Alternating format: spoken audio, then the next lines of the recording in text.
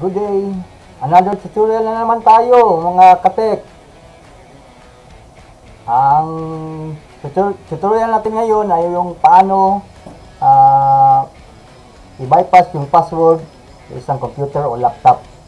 Katulad niyan, hindi na ma-access yung PC niya ng client kasi nakalimutan na niya yung password. So, may pag-asa pa rin, may pamamaraan pa rin yan gamit ang ating Medicat USB Toolkit. So, hindi na niya ma-access yan kasi nakalimutan na niya ang password.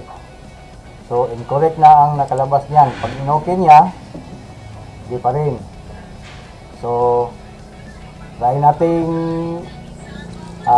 tanggalin yung password para ma-access na ng client natin yung kanyang PC. Pero sa akin itong PC, pero example ko lang na sa client ko. Yan. Gamit na natin yung ating Medicat USB Toolkit.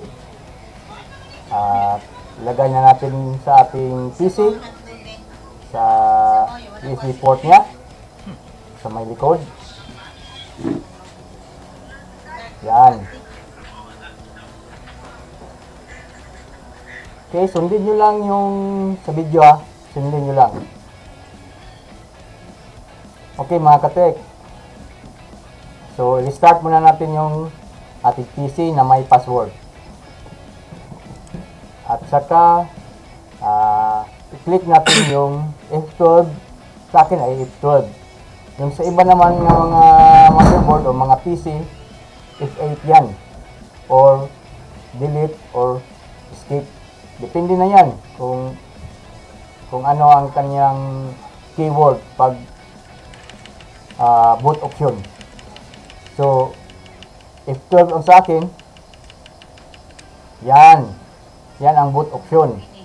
Yan nakalagay yung mga hard drive natin o at sa mga USB natin. So, pipiliin natin yung USB ng Medicat. Yan, SanDisk. Then, go. Hintayin nyo natin na ito na ang interface ng Medicat natin. Okay. At pupunta tayo sa password removal. Okay, sundin nyo lang ito mga kateka. Password removal. Okay, enter. Then, gyros lockpick. Enter. Then, sa baba pa rin. Select sa baba. Enter. Okay, naglo-loading na. Pasok na tayo sa software. Wait lang. Ito na. Ito ang kanyang interface. Okay mga katek. Wait lang. Ito na. Yung mga selection ng mga tools niya. Piliin natin yung password removal.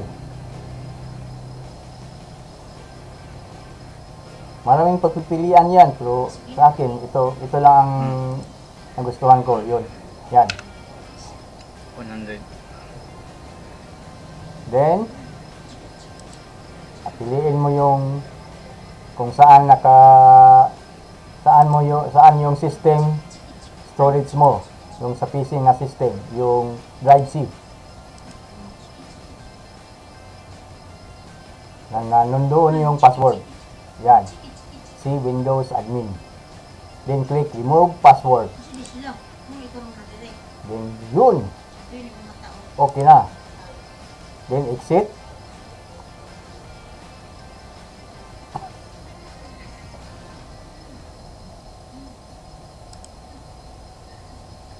Okay, tapos na. Then, start tayo at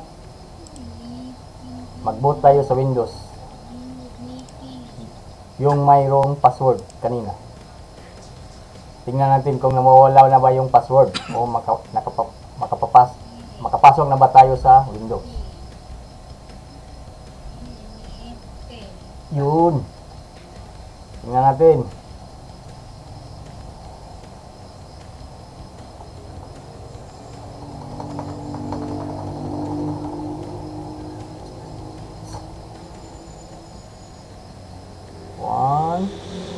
Yan! Boom! Pasok na pasok tayo.